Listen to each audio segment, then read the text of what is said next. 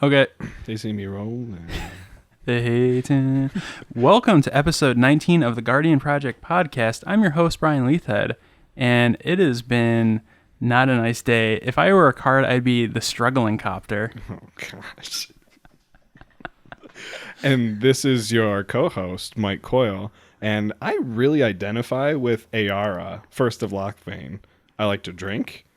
I deserve royalty, and just my presence is pretty much draining to most people. Do you sacrifice other people to draw cards? Only when they're not looking. Cool. Please listen carefully.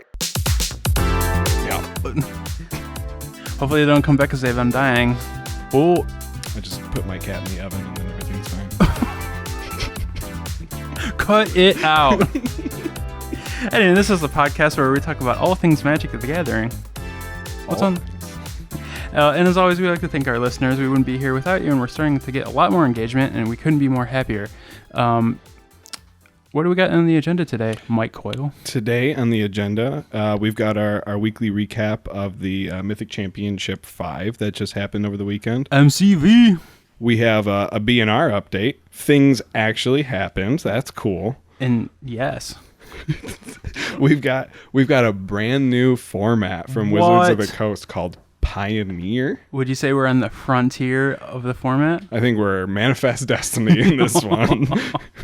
And then we are going to talk about the Great Eldraine Bake Off that happened. Great. So MCV, as maybe you would call, just happened this past weekend, and it was won by Javier Dominguez playing Gruul Aggro. Yeah, just pretty surprising given, what the meta was going into this tournament. Yeah, it was, 40, just over 40% was some form of Golos deck? It's just Golos all over the place. Okay. It looks like we had pretty diverse top 8, actually.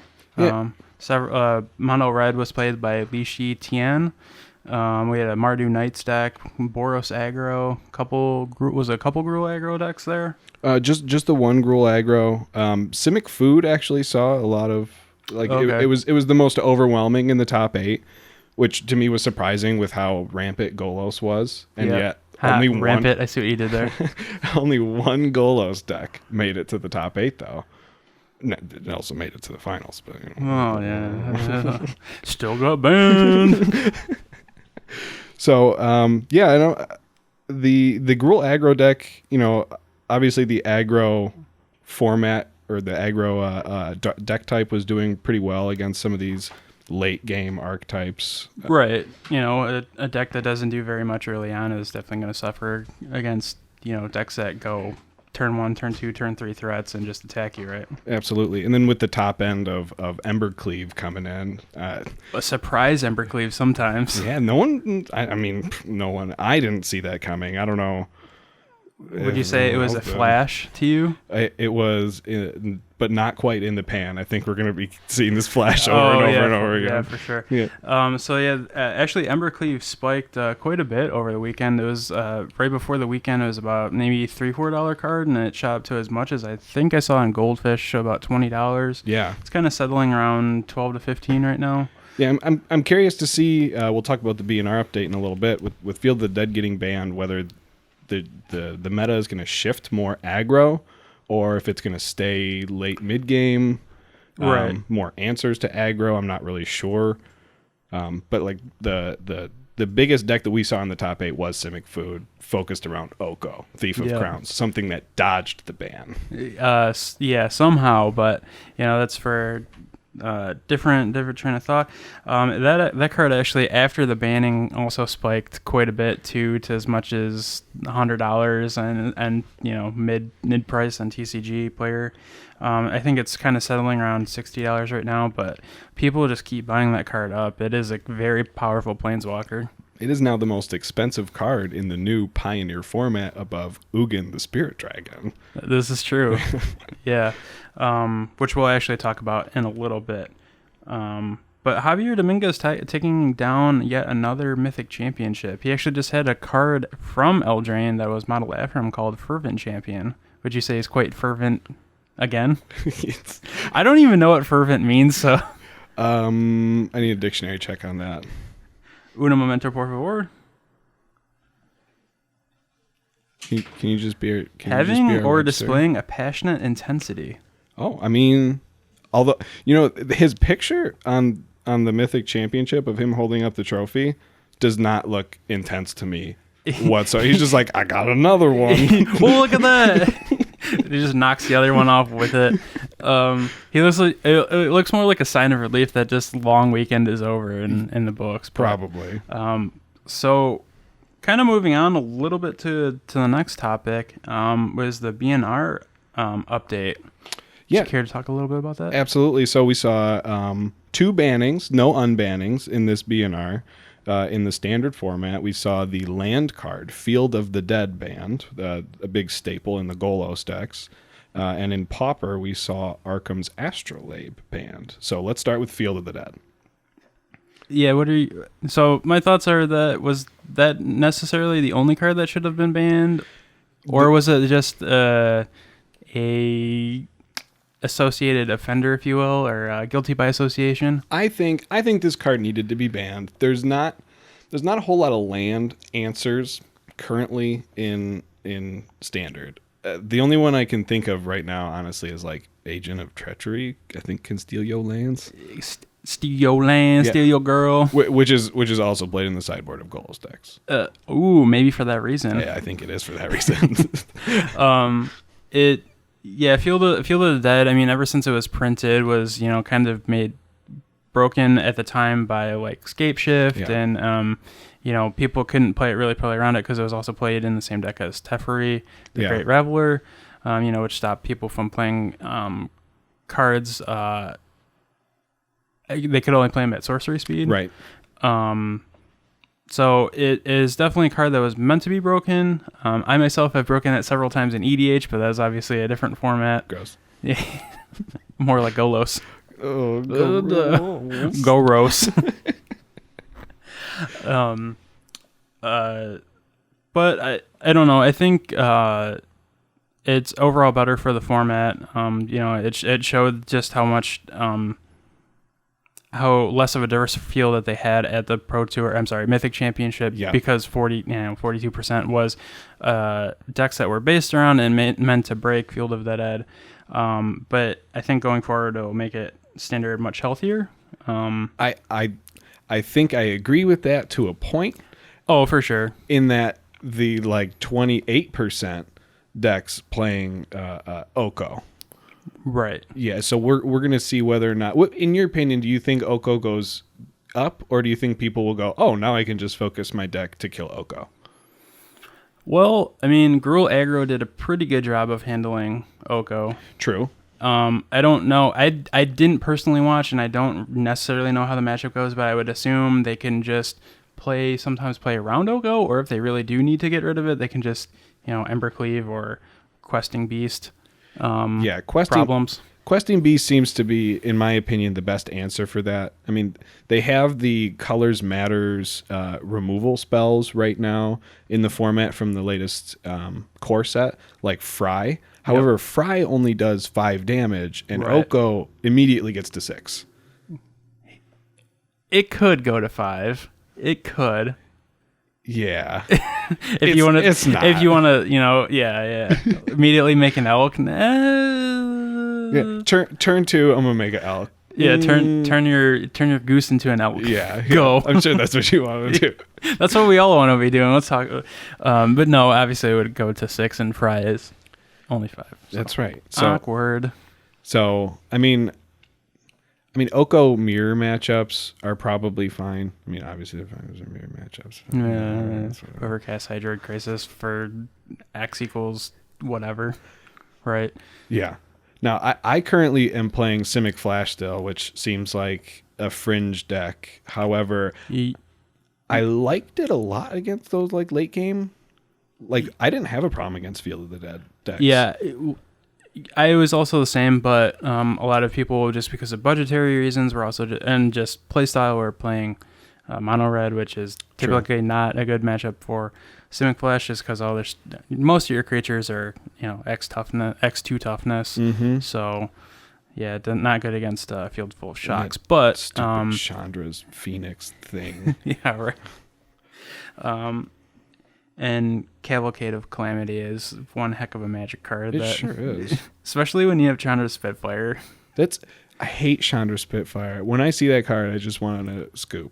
Yeah. Well, my opponent on Arena the other day didn't understand how the math worked with Calamity and Chandra Spitfire. So I'm like, they're like, okay, I'm at 5. I'm safe. I'm like, okay, well, take 5. Yeah. So swing you and you die. Yeah. Yeah, pretty much. But it well, obviously Wizards will keep an eye out on the format because the Standard is their most premier and probably one of their most popular, if not their most popular format. So they want to keep it as healthy as possible and as many players, continuing to play. So if Oko becomes a problem, they'll probably take action against it. So take bets today. Is Oko getting banned? If the format trend continue like it is, yeah, I think he will get banned. I think so too. But I think that's also just because they don't want to ban a Gilded Goose. You can't ban Gilded Goose. It goes, I hate you. Plus, they have an Untitled Goose game out right now. That's not a coincidence. Yeah. It can't be. Wizard secret backer on that project. So the other banning that we saw was in Pauper, which was Arkham's Astrolabe. The card played in every Pauper deck? Surprisingly, not played in Boggles. Interesting. Why? I wonder why. Oh wait, because it's in Tremor deck. I believe in their justification, it was just played in, I think it was something like over 75% of every deck in the meta. Yeah. It frees up, and they wanted certain strategies were making benefit out of it more than others. But I'll be honest, I personally didn't feel that was the card that needed to be banned in Pauper. Right. I think it was Ephemerate. But again, that's just a personal opinion. I think that was the worst defender out of Modern Horizons. Astrolabe actually gave something in Pauper that isn't too common, and that's Manifex. Yeah. But that card also single-handedly was driving up the prices of snow-covered lands. So that's true. I guess the banning helps with that economy, if that's any consolation for some folks out there. But they're hoping that many more decks will reemerge in the Pauper format and keep that nice and healthy. Yeah, I'm surprised at the reemergence of decks in that. So I'm coming from. I've never played a game of Pauper before in my life. I know some of the archetypes, but for me, like you said, the color fixing in it to me, I thought would open up the meta into a lot of different decks. Yeah. But I guess if it is making some decks just better, and then maybe that's limiting the format. Yeah. I personally think that Ephemerate was. I've only played a few games of Pauper. I am not nearly nowhere a expert on the format, but from what I've read on forums, Reddit, Twitter, all that stuff, people have said that Ephemerate should have been banned just because it kind of puts decks like the Tron over the top because it can recur Denroven Horror, and that just really puts Tron on a whole different level. Also opens up different strategies and makes them a little bit more unfair. Like Core Skyfisher is a good card all of a sudden, apparently, because he can just keep bouncing certain cards in different strategies. So I guess that makes sense. Yeah, I mean, I guess. When you say it out loud, any chance you can get to hit Tron, no matter what format you're in, I think you should do it. Right. Yeah. So that was not the only update that Wizards gave us on Monday. I mean, that was a pretty big update. That was. But something that kind of flew under the radar, in my opinion, just because I think people are still kind of recovering from it, and I think they kind of slid it in to kind of buff the banning a little bit, was announcing a new format. Yeah, they just smack you in the face with a brand new format. We're banning something on the most popular format, but here's another one. Yeah, here's a different format. Here's another format for you to brew. It's called Pioneer. And it's a format that goes from modern day, so Throne of Eldraine, all the way back to Return of Ravnica. Return to Ravnica. Return of Ravnica. Return to Ravnica. Andy's favorite plane.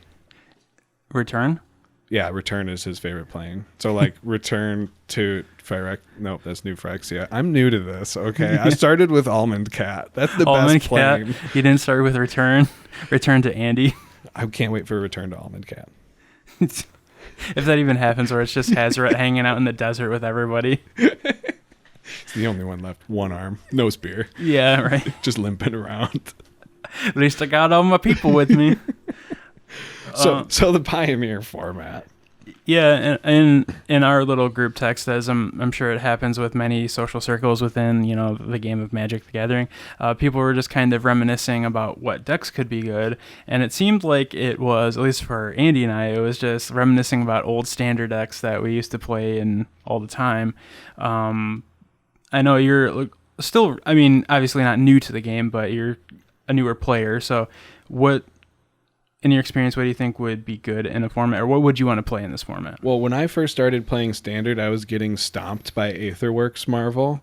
Fair enough. And I was like, man, Aetherworks Marvel, that seems cool, but that probably isn't that great. And then, no, it was really good. It's going to work, man. That thing. Energy is energy's broken. There was... Turns out getting a free resource is a really good thing. And I've heard this argument before, and I think I agree with it, that Magic the Gathering, like Wizards of the Coast, has a difficult time balancing a new resource, whether that's using your graveyard as a resource or energy. Oh, for sure, yeah. So, like, every time they bring something... I was surprised to see On an Adventure not be completely broken. Yeah. Because it's another... You can't touch this card, and it's like just an extra card in my hand. Right, you get a spell and then a creature on top of it. So either they're learning, or it's just gonna break in the future. Or maybe they're just hoping that no one figures it out that some of these mechanics can be broken and will be broken. Yeah, that's probably true.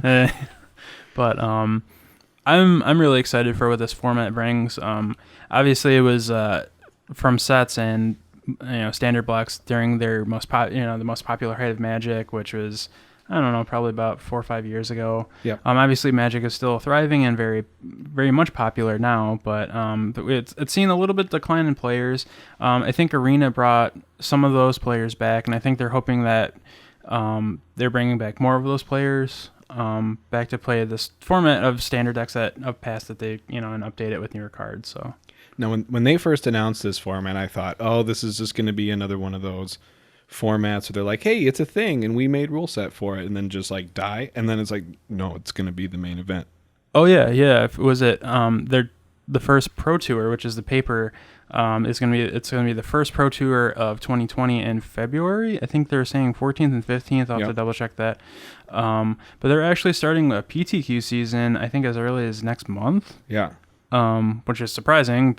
Hopefully folks have these cards still sitting in their bulk box or their collections in their closet somewhere. Yeah, go get your Jace Vryn's Prodigies that are up to $50 a piece again.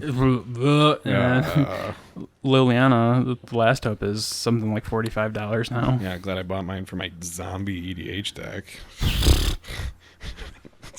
glad I have one for my Ayara deck, which is not a zombie tribal deck, but it masks as one because it's just a bunch of tokens. Oh, yeah. No, that works. That checks out. So anyway, what if you were to play this format? I don't know if you have any interest in it, but what would you want to play? If you had an infinite card pool. If I had an infinite card pool, I like combo decks. A deck that I tried out when Shadows over Innistrad was still in Standard, but Hour of Devastation was also out. I was playing Throne of the God Pharaoh, not Throne of the God Pharaoh, God Pharaoh's Gift. GPG. Yeah, you know me. I was trying God Pharaoh's Gift out, and then someone broke it in a blue-white version. Not broke it. It wasn't the best deck, but it was competitive. It was pretty good. The one I played was not as good as that one. But I had a lot of fun comboing with the Combat Celebrant, like Infinite Turns kind of deal. So I would try to play some sort of combo deck. They said some brews online are saying GPG might be a fringe thing. I think it's going to be Aetherworks Marvel, Saheeli combo. I would hate to play in the format and just get like destroyed by those decks, so I'd probably just go net deck one of those, if I'm being honest. Well, that's fair. What about you? Reliving, I guess, past standard glory, I would probably want to try and brew something mono black with like Gray Merchant of Asphodel and Hell yeah. and heck yeah, Heck yeah. and Night Veil Spectre, or even Abzan midrange with like Siege Rhino. That card's spiking again. It's good to see the old Rhino back in action. Now, Siege Rhino will be a little bit tougher because one thing we didn't talk about yet is they already have bannings for this format. The fetch lands. You're right. So a 3-color Siege Rhino is going to be harder to get out in this format. This is true. But luckily for us in this format, unlike what we had in Frontier, which was a format that started with Magic Origins and went to Present, which was at the time Aether Revolt. That size card pool kept the fetch lands in play, but Wizards has since decided to ban it based for monetary value, mostly, and just because it kind of opens up. I mean, let's be honest. There are so many different fetch lands. I'm sorry, dual lands in this format that you can play. For sure. They have 5 of the fast lands from Kaladesh. You have actually all 10 check lands from Dominaria and Ixalan. Obviously, and then the 10 shock lands, and then you also have battle lands from Shadows over Innistrad, and then is there one more? Oh, the Amonkhet cycle lands. Did you mention the Scry lands already? Oh, you're right. I didn't. I'm sorry. I forgot to mention the Skyland, the temples. Yeah. Temples from Theros. So there are several different dual lands to pick from. Yep. So any color combination is viable. It might be a little bit slower than it would be obviously in eternal formats or even modern, right. But and I'm happy to see the response for the format has been mostly positive, and even some of my friends who haven't played in several years are starting to brew decks for this format. So it does seem like it's going to be a lot of fun. Not having to have the fetch lands, maybe that is a price point, but I'm still going to have to buy cards. And everything is spiking. It's in the combo decks. Yeah, but I think that's just people just want the cards now, don't have to wait, and then the fear of missing out somehow. Like, I work for an LGS, and we have literally hundreds of these different cards. So, like, if you want to play, come play at my shop, because we have tons of these cards, and we're going to try and keep the support for the format as long as possible, as much as Wizards is. So we want to see people playing. Yeah, I haven't been to a game shop, to the 2 game shops that I frequent, to even talk about the Pioneer format yet. So I'm going to have to bring that up. Dun, dun, dun, dun. We'll see how much support it's going to get. Okay, yeah. Yeah. Let's support. Yeah. Okay, and then for what's our next topic? The next topic on our agenda is the Great Eldraine Bake Off. So they announced the winners. I know you and Andy had a lot of fun making a pie. Yeah. What was it called? Happily Ever After. You should win just based on that title. Yeah. I came up with that name. I was so happy. I contributed. So, Wizards of the Coast announced the winners. There's 10 winners in total. We were just going to go over the top 3.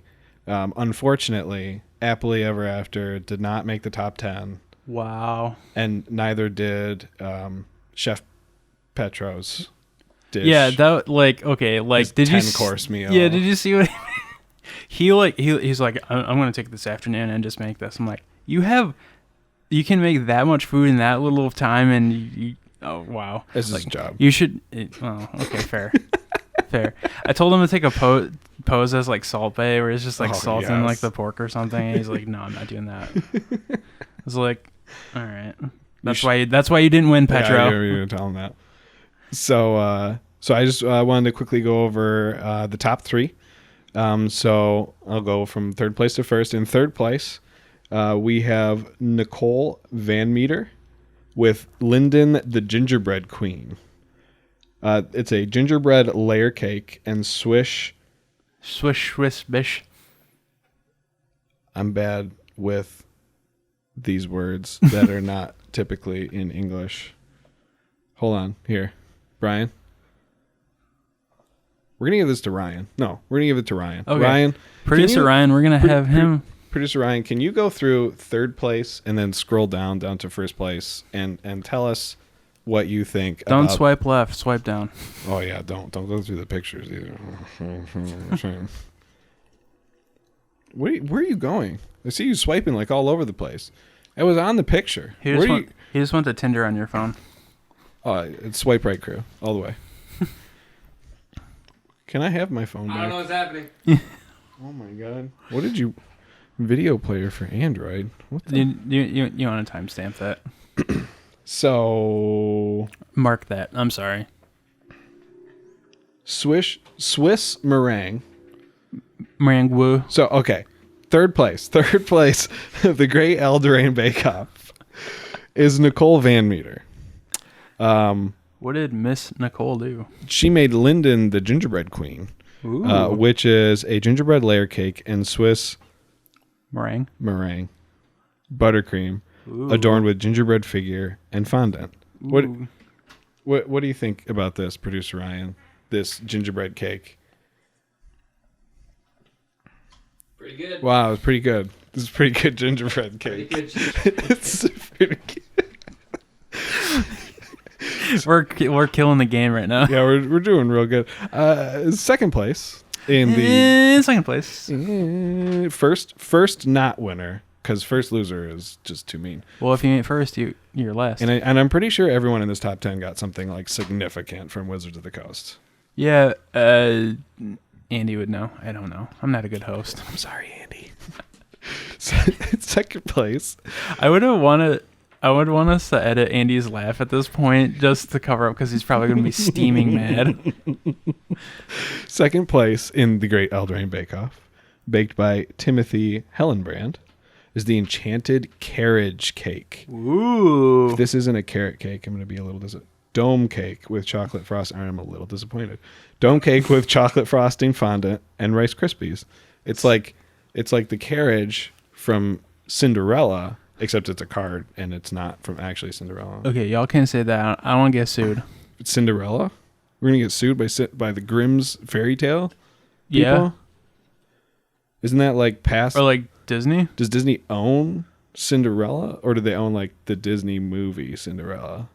Yes. What? I thought about a spin-off for Cinderella. This is going to be a little bit... Wait, Producer Ryan, what did you think? Also pretty good. Okay. So I thought about a Sorrel... Yeah, we didn't hear you over the microphone, but I heard you in real life. Does that count? Also pretty good. Oh, nice. Yeah. So I thought about a spin-off from the Cinderella. So you know how Cinderella herself is the stepchild... Not even... Is it stepchild? Yeah. That's just kind of like left behind on everything. You know how there are mice that get turned into the horses that pull the carriage? Yeah. Okay, so this is a story from the perspective of the mouse stepchild that got left behind in the Cinderella story. Wait, wasn't it Gus Gus? Was that the fat one? I have no idea. Happy birthday, Cinderella. He got left behind? He didn't just get like turned into the carriage itself and not a horse? Yeah, I think that was Gus Gus. I just remember that because his name is Gus Gus. Is that the one where there's that picture online that's lewd, where really it's a pearl necklace, but it doesn't look like a pearl necklace?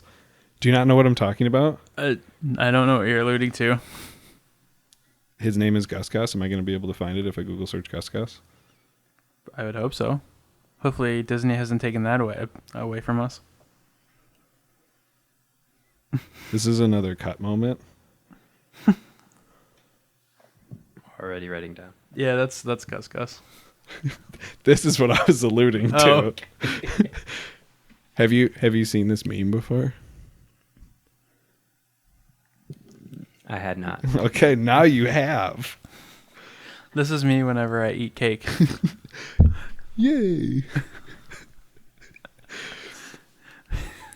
Not to keep going, or to keep going on this Great Eldraine Bake Off countdown to number 1, brought to you by your host, Casey Kasem. Numero uno. First place, which is Kathy Hay, or Kathy Hay. Kathy Hay. Is Kentrith's Kitchen's Venison Pie. It is a venison, beef, and pork belly pie with fresh herbs, vegetable medley, and Gruyere. Gruyere. Which, and the pie itself looks like the baked into a pie art, where it's like the frowny face pie. Yeah, that's a food token, right? Oh, you're right. It's a food token. Yeah, it's a meat food token. It's not baked into a pie. That's completely No, that off. one's like where the finger's sticking out, right? Yeah, where it's like... Yeah, that one's creepy. That's not fully baked in. Somebody... the center of that's still a little raw. Half baked into a I pie. always do that with lasagna. I don't know how. Even in a microwave. Well, you're not supposed to bake lasagna in a microwave. Oh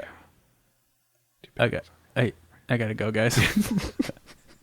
I left my lasagna in the microwave. and then I left another piece in a crock pot. Bon appetit. Bone apple teeth. Bone apple teeth. Absolutely. Well, congratulations to all the winners of the Great Eldraine Bake Off, especially our top 3. You guys did a great job. It was, I heard, a lot of fun. I like baking myself, but I didn't get into this, and I kind of regret it. Yeah, this was actually a pretty fun promotion that they did. I'm glad that they did this. It was a great community interaction, and we got to do something for a podcast and just get to hang out and have fun. So it was a good time. Awesome. Well, that brings us to our final segment of the day. Dun dun dun dun. So Brian and I were talking about what we wanted to do for this segment, and I had mentioned, remember that one day in our group chat when I just started listing off thing after thing after thing, and it just sounded like I was talking about nonsense? No, I knew what you were talking about. Andy is just like, I'm so confused. Magic the Gathering. Hot takes. Wait, what about hotcakes? Hotcakes? Wait, meat pie, hotcakes, boom, it sells itself. Eldraine 2. I mean, we even talked about Pioneer format today.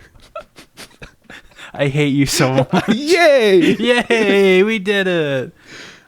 Would you like to go first in this hot take segment? I would love to go first in this hot takes. Hot take. Fatal Push shouldn't kill flying creatures. That's ridiculous. You're just pushing them. They have wings. The art signifies them getting pushed off of a building. They fly away. But what if the bird doesn't know when to flap its wings in time and it's upside down and boom, fatal push? They should probably be done already then. Well, they say that the Great Henge is great, but it's not so great when you don't have any creatures. Oh my gosh. It costs 9 mana. That's a lot of mana. Ugh. Doesn't it also get turned into an elk? It can. Yeah. It just blew my mind right now. Pretty bad when it's just an elk. No tapping gain 2. It's just an elk. Hot take. Narset should give her spark back. She was better as a creature. Oh. Yeah, I said that. No, you didn't. Oh, yeah. Bolt the Bird is so 2012. To update that, let's just update it to Juice the Goose. Juice. The juice is loose, and it hit the goose. So I actually have one related to that, so I'm going to skip my next one just to go straight into it. All right. Gilded Goose is a strictly better Birds of Paradise. Strictly against burn. You get a food. You gain life. Yeah. Even if you bolt the bird, I mean, you gain some life. Lays an egg. You use that to gain life. Lay an egg, juice the goose. Gain 2. Win the game. It's true. Grumgully the Generous is not so generous. He's just creepy. I don't know if you've actually seen his picture. It's a little weird. I don't think I have. Which one is this? He is he's red and green, and then Oh, yeah. whenever a non-human creature enters the battlefield under your control, you put a 1/1 counter on that, and he's Yes. a 2/2. Yeah, that picture is so creepy. He looks so happy to be that generous, but he looks guilty. But he also just hates humans. It's true. Yeah. Yeah. I haven't read. Have you read any of the Eldraine story at all or anything? I read up on Garrick because Garrick's my favorite planeswalker. Okay. But that's it. That's it. Wow. Yeah. So the war between humans. No, I mean Garrick. I mean he's there. Yeah. He's Okay. like, I guess he's there. Hot take. Amonkhet is proof pyramid schemes do work. It's true. Nicol Bolas is the pyramid master. He wins. Yeah. In the Citadel. over pyramids. But then he loses later though. Spoiler. We don't talk about that. We're not even through the War of the Spark prequel. That's true. He could be fine and escape, and that Which be Andy will get to when he returns next week. return to Andy Flory. Andrew Florey. Hot take. Once upon a time, I spent a lot of money and time getting all 4 cards for that playset. Yeah, no kidding. $12 is a lot for a card. What are you playing it in? Gen Death Shadow in Modern. Oh, Yeah, free spell. Free street raise. that is a free spell. That's pretty good. Yeah. Mind blown. No. Hot take, mono black is the best color combination in Magic the Gathering. You told me that earlier and I hate you for that. No, it really I is. don't hate you. That's actually pretty genius. Then you started telling me about all the mono black decks you want to build in Pioneer. I was like, yes. I didn't know Give this me existed. more. Gray Merchant. Gary's the best. He is the best. Hot take. Order of Midnight is not a Magic card, but what I call when I get a snack after dark. Oh. I call that regret. I'll get that meat pie that got first place out of the fridge. It's like when you go to Taco Bell at 1:00 in the morning, and there is a line that's 7 cars long. That way you have 7 cars worth of orders to regret the decision enough to just drive away, and you don't. That's when you know you have a problem. That was me all the time when I was 350 pounds. Yeah, I was there too. I was waiting a long time at after midnight at Taco Bell. Yeah. I wouldn't change that for the world. You know what? No regrets. No regrets. Not even a letter. I'm gonna say I regret that. Really? I regret my 2 a.m. Taco Bell runs. Oh, I wasn't out that late. I was in bed by then because I already finished my 1:00 Taco Bell. But then how do you have time for 6 a.m. Taco Bell? Oh, wait. Are they open at 6 a.m.? I don't know. They're open in the morning. They got breakfast now. Oh, it's true. Hot take, Taco Bell's breakfast is good. We might just lose listeners for that alone. Real hot take. Attacking is the worst way to win a game of Magic the Gathering. I hate doing it. I don't swing. So Andy built a Goad EDH deck. Oh, the ability code? Yeah. Okay. I don't like it because I don't want to swing with my creatures. You don't want to swing with your She-Ray? She's those caretaker. Hot take. Gadwick the Wizened is only wise once. And then what? You can't blink him and draw more cards. Oh, that's true. Then he's a 3 CMC creature. Yeah. He's a blue meanie. That. What are the. Is it blue meanie? That's a thing, right? I know it's Panini, don't be a Mimi. Meanie. Hey, Panini. Don't be a meanie. So what'd you tell? Hot take. No matter the format, blue-white control is the worst. I hate it. Andy would disagree with you. I know. I play against this all the time. Agreed. Hot take. Why does something called Harmonious Archon make other creatures bigger? Well, he makes them the same, though, right? But he does make things bigger. But it wouldn't it be smaller, equal too. Archon? Equalist? It should be Equality Archon. Equality Ekron. That would be called socialism, and we will not talk about that on this podcast. This podcast is now shifted to a political podcast. Yeah. No association whatsoever. Hot take, Hogak wasn't broken. Oh. Give me my Hogak deck back. Wait. He's just guilty by association like Golgari Grave Troll, right? It's Stitcher Supplier. Stitcher Supplier is so broken. But how can... But hold on. Golgari Grave Troll gets out of the clinker, unbanned, and then he gets paired with people like Thug and Imp.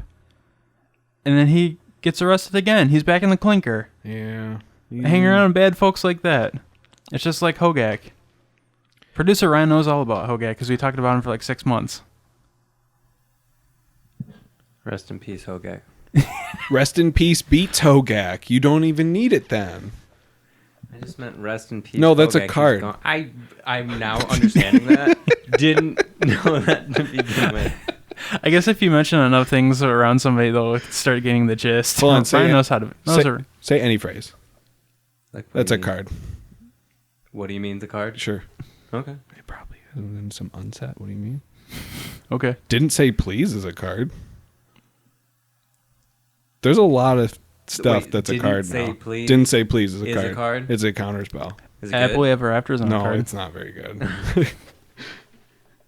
Happily Ever After is on a card. It should be. But Happily Ever After is. That's true. I mean, it works. Happily ever after can work too. I guess. And people get confused and they're like, name a card. You're like, nothing ever after. Like, which one did you name? Both. Wait, what? I win. Is it my turn? Yes. Hot take. Does Shimmer Dragon still light up if you have less than 4 artifacts? Or are batteries not included?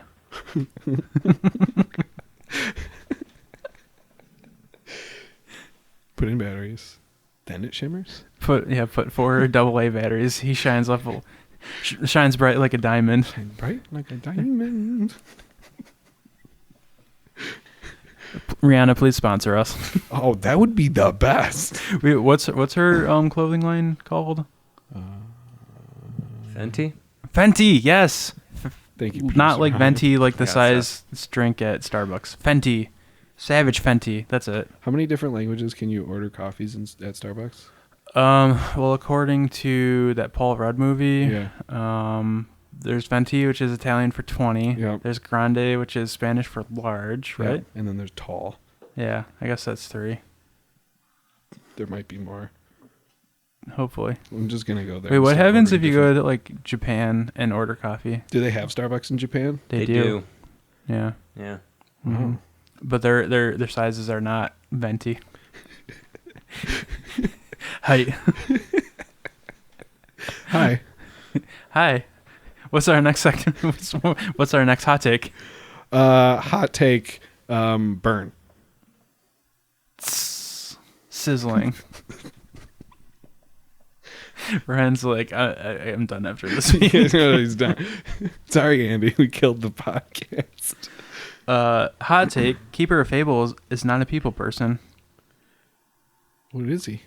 It's whenever a non-human creature you control deals combat damage to a player, you draw a card, and it's a cat. That's like that the Beast card. What is Questing it? Beast? No, not that one. The other one. The one that makes a 1/1 human. It's an adventure card. Oh, Lovestruck Beast? Lovestruck Beast. If Lovestruck Beast, Beauty and the Beast. if Lovestruck Beast itself becomes a 1/1, it counts itself because, and I quote, it learns to love itself.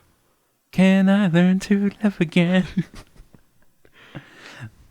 I don't have any more hot takes. If you have All right, more. if Questing Beast were a real person, do you think while driving a Questing Beast quests and drives?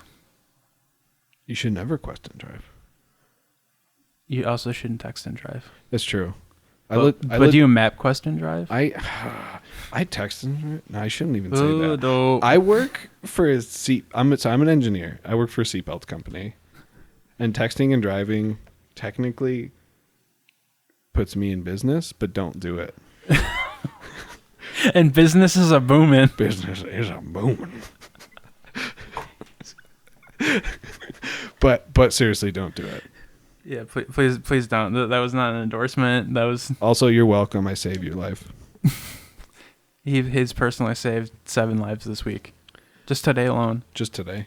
Yeah. At work. It had Personally. nothing to do with like. Oh, yeah, yeah. No, just me personally. Right, That's correct. yeah. Yeah. Super coil. Doo-doo-doo. Super conduit coil. Super conduit coil. So how many lightning coils do you own? Because isn't that like a mono black staple? Is lightning coil a mono black staple? Yeah. Is lightning coil the card from Mirrodin. Mirrodin, if you don't know how to pronounce that. What if I do know how to pronounce it, but I decide that I don't want to pronounce it correctly? That also strictly applies? So that I own one of these cards. I was looking it up. I was stalling for time. I own one of these cards. Okay. I play it in Shirei. She's his caretaker. You want those 3/1 hasters? I usually just sacrifice them to Ashnod's altar and then Torment of Hailfire people's faces for like 100.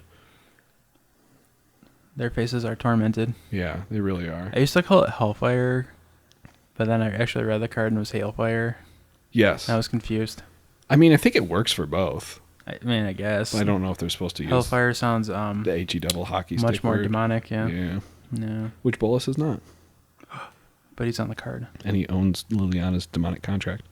He did. Now he don't. No, he did. He not dead. He's just in timeout with his brother Eugene. Well, to shorten this explanation, he did. All right. I got none. I got nothing left. I'm tapping out. All right. That's it for hot takes. So I guess that's it for the episode this week. Already? I don't have any more subjects unless you do. No, I don't. Well, anyway, if you'd like to contact us, you can find us on Twitter, except for Mike Coyle. You can't find me yet. I'll make something. He'll just make a picture of himself and have Andy post it. Anyway, you can find me, Brian, at Ballerman Cometh, and Andy at ATFlory on Twitter. Also, take a look for hashtag Guardian Project Pod to find our posts and episodes. I'd like to hear from you, so send along your comments and any topics you'd like us to talk about, and we'll address them on the next episode. You can also email us at guardianprojectpod@gmail.com. Please come at us with suggestions for Commander Two-Headed Giant Broken Staples. We're racking our head around this and we can't find good answers. Good answers or just good? Good card. Like Simic Symmetry. Simic Symmetry. No. Scheming Symmetry. There you go. You got there. Scheming Symmetry. Super good card in Two-Headed Giant. Well, yeah. Think of other ones for us. And tweet at us at Ballerman Cometh and ATFlory. Not at Mike Coyle. And Guardian Project Pod. At Mike Lightning Coyle. Boom. Twitter handle. I'll have one. Anyway, we're signing off. Bye. Bye.